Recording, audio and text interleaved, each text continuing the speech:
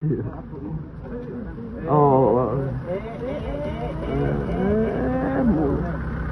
ép bay, ép bay, ép bay.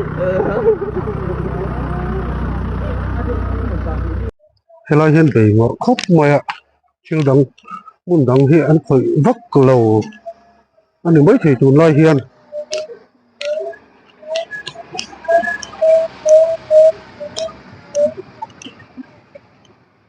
Ê,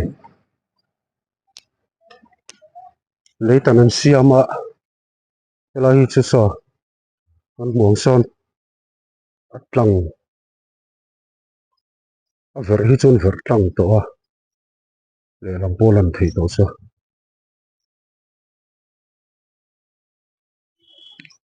Ba kun đắng hiện khỏi em tôi phải lâu, anh em dễ lắm ạ.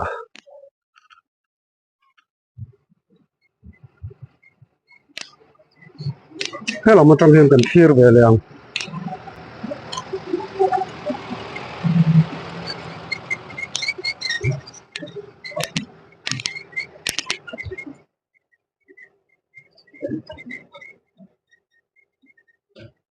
Khi lại politic dik quarter nia, khi lại ki, ipo ki,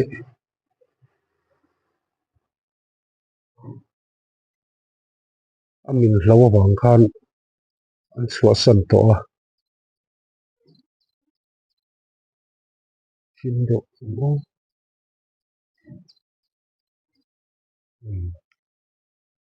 lại ki xóa sân tổ này quarter ki.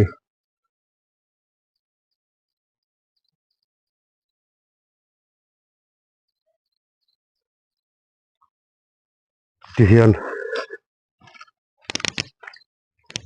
là hiện sổ ri nghe này ạ, với sâu hi nghe,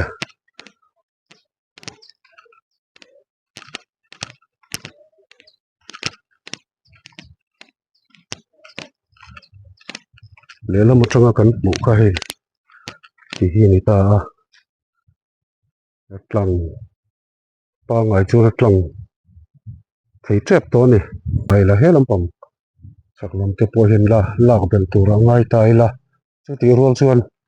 politic dik quarter ta này rồi cái xuân là ông mua tổ phú mới thấy này.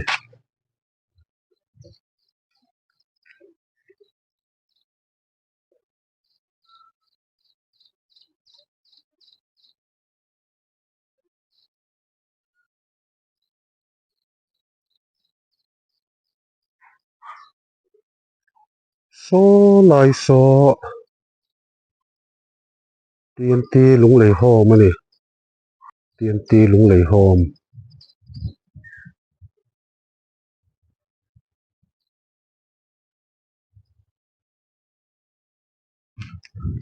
với đi qua thả,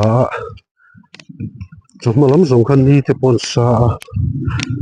mà rồi chịu, tụi nó hiện hay, buồn sơn,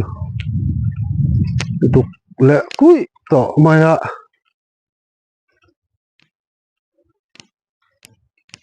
nó thọc tới hiện ôm em, một tổ đồn tăng trí nạ, mà rồi chịu hay, với đi qua thả hiện, tăng ở nông lẩu tụi nó ngay là, cần phải dễ lắm quá, thì lại hí, kiểu xị nار, anh à, mungkin khi làm sạc làm thế bộ kì khi lại lấy tận lệ tour thâu nè lại đuổi tổ máy xem nghe lại cái điện đèn và bên xem về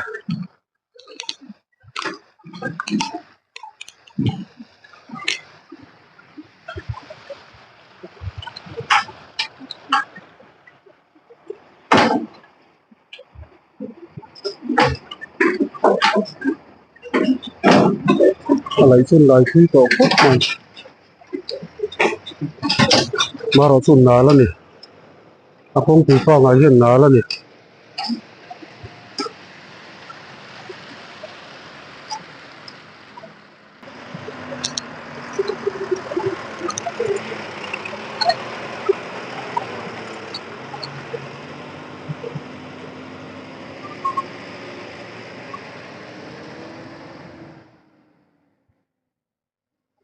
tunari chuan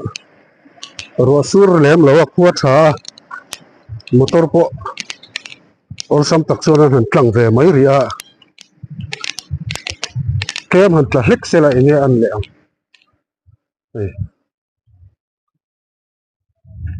hi lai kem na thok tu te bung ruah an le lai na khol excavator te pawh awma hi kan hmang hian helai hi lei tam tur ania lai chun lai thui tawh khawp mai a fur chhung hian chawl dawn ten tia tak tak nge ni a hel na pawh hau tak e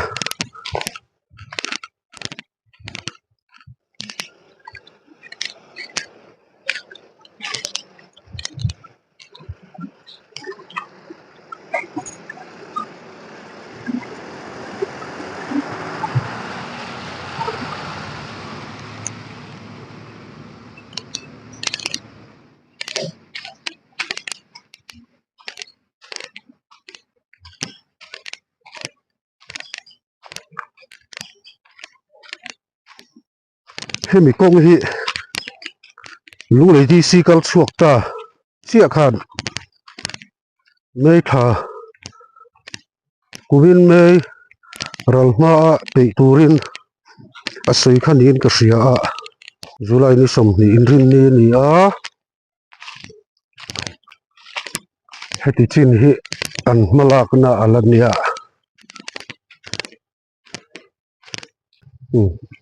two wheeler local te pawh hian anila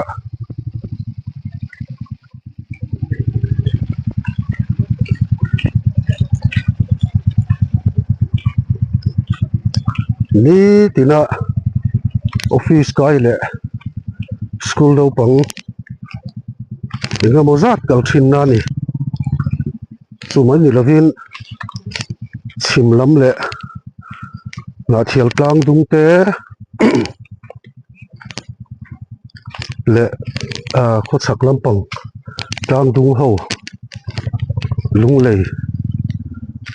ron pan khom na kong ania fur chung zong heti mai hi chu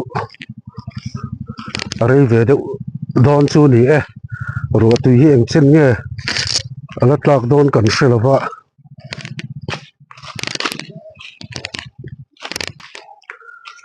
khai a hel na pawh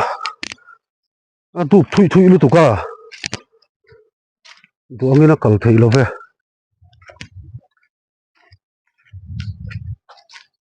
so lai te so motor tang nge motor chhia nge kan thei zel phatang o hei heng lai hi motor te car ho tan chon kal ngeina a awm vak lo ani a bumper a hrut anga excel a hrut ngei ngei dawna buai thlak dawn khawp mai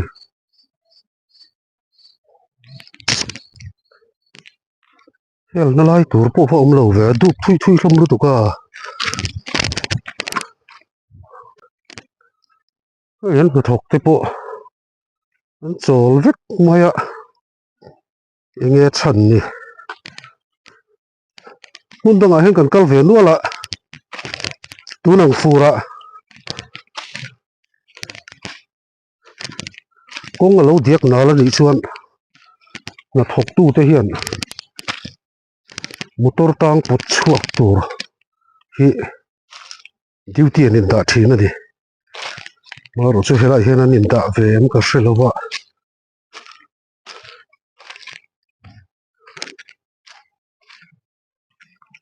te kan han hmu mai chin a hi chuan an in dah lo ang khawp mai an khawl te pawh hi kalsan topa ang ani chhum a awm deuh hleka hi kan hmu thei ang chu maw hi laia building lo lang hi Mizoram Polytechnic Girls Hostel claim lai dewa at suat te po khivet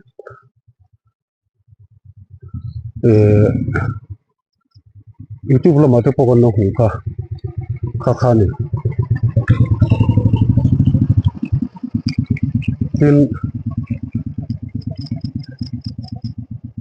abul chi ami hi hostel superintendent quarter ani boka anni po hi hian anin hi hian hosteler le hostel superintendent te hian an quarter hian suasan ani rotla khet chuan ten mani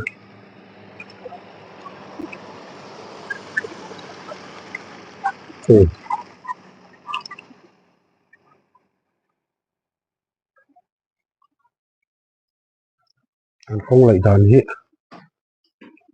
ding ur mai sia rotla khet chuan chung lama tanga lei ron tol thei reng hi ni boka hem te po hi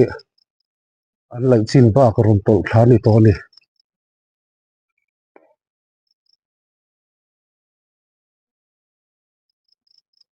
chuan so lai mi kan hmu pakhat so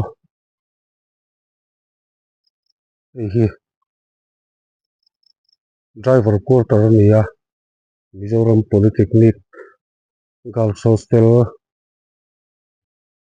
bul min le achuat te po khivet khan hi helai hi tengki nin ka hria hi tin an retaining wall hostel hung na bang te po aram tlu thla a bok run mai ki hostel hung na khani chuan a bulami hi supply tank ania hi po hi tui ala da nga mamem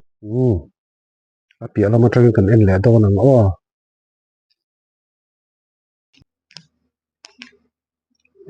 hey girls hostel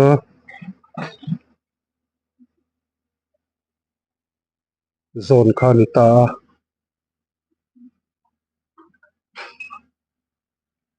an hung na bang le aru rel te po kai ti hian ron thlu thlan duai mai ni lai mi hi superintendent quarter khani electric ban te po tlu boka ti hian ruah sur le chuan lo ong tak chu ni a building a hi rit tham ve sia ron tol thla hu bang ti te poi hlo mani a lei lung hian eni la lei nge tani bok si lova lung lo in thua hi kwal vel mai mai ani lung sak khata lem lova chu wang chuan helai han lai hian ron chim huk thei din hmuna ding ve tlat ani police a pialam hi en le photang o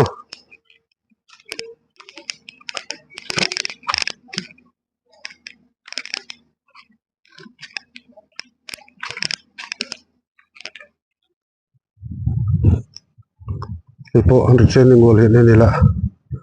pon lo mane e chuak sa le der maya leivung hian an hno sia tlawang emaw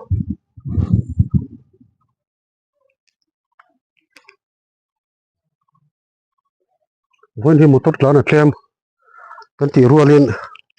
helama hian sumo chin noilam hi an tlan lo ang thlung ania a fellow kong chin fellow mi khual te hi chule an ron tlan mai theia polytechnic kong a khian sumo chin noilam le bus service te tlan an phala chuta chuan a motor te ho chu an tlan deuh veka helama hi chuan SK kan tih te khatiang chung lam ho kha an tlan deuh ani motor te hi an tlan lo ani bom khian khi lama khian motor te ho chun tlan ani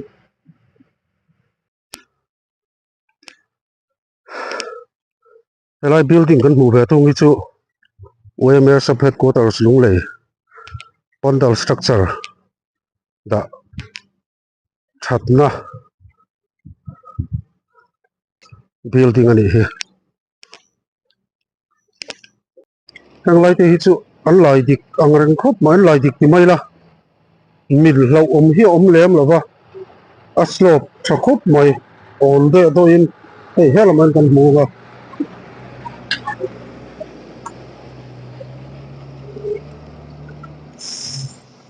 mil lo om in a om lem lo ani hang lai lai hi a tha khop mai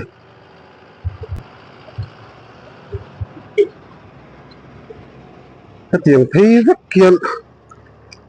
mun dang te po kha lai ka sela so lampang chu ma tam le riu to mai so lai ho te po so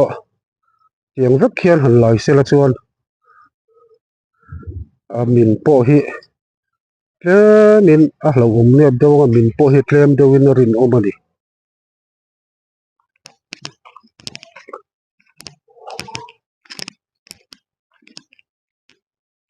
hei motor an tanga heng lai hi leivung an hno vek ko kha ni leivung in an hno khat veka a chunga khan thal lai chuan tlan kha nuam pur viawa ma se ruah tui an ron tla a motor in a dai khuar ta zela ti hian a leivung zong a khat hian kong sira an the chuak le veka a kong ru hlui tunma kong hluia zok khan ti hian a kong chuat ringin motor hian han tlan le ta ni chu ti nei lo chuan heng leivung zong a hi la om sela chuan a motor in nam ngai reng mai tur le nu ngai reng tur kha ni dona chu wang chuan ti hian kong sira hian an hai chuak le vek ani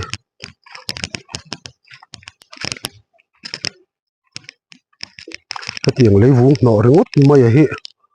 konga khan an han pha chu han chil muka chumi chunga chuan thal lai kha chuan nuam ang reng fu khan kan tlan pura maro chu thla khatamo ruan sur chuan ti hian e kan hmu khian khuar ta duka kong ru hluia khan motor hian tlan le ta ni a leivung zong a hman lo sen to zong an tha sen to zong a kha ti hian pai chuak le ta vek ri ni to se long o helai chin hi chu a zia dewe re chen ngol hi on lo ma hena on chuak tlap zela ni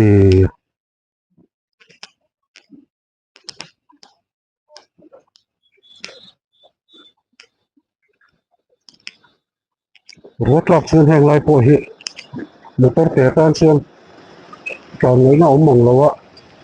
hin chu hi lar sei chi a se om khop mai hei po hei a kong lo na zong a kha kong sira don the suak vek to ni hian driver te hian fela motor local tur hi kong chet le na laia in to ai chuan tia zau laia lo mak mai te hian oma chu ti rual chuan chen khat hetiang ti na chang felo tlan le chang hi anom ve bawk ani anin tok loi deuh te pawh hi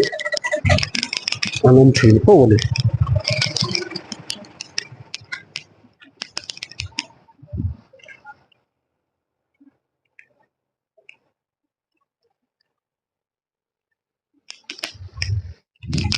khi lại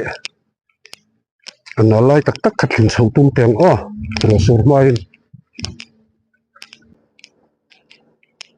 rồi chắc xuân thì viên chế phô khai hành lại cái chú huy là tan số tỷ ngày nào ông rồi là lúc tụi viên sư hay cho mà lắm dòng khô thật đó anh hàng rập đều đều cái là gì dẻo tụi ngay không khô thì nghe nó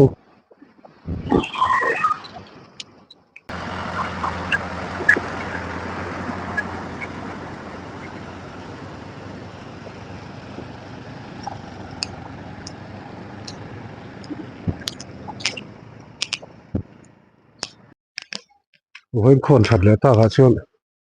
nếu mình làm motor tan nó bỏ cái lại hiện nhá ôi ông lẩu khó bận lẹ tao này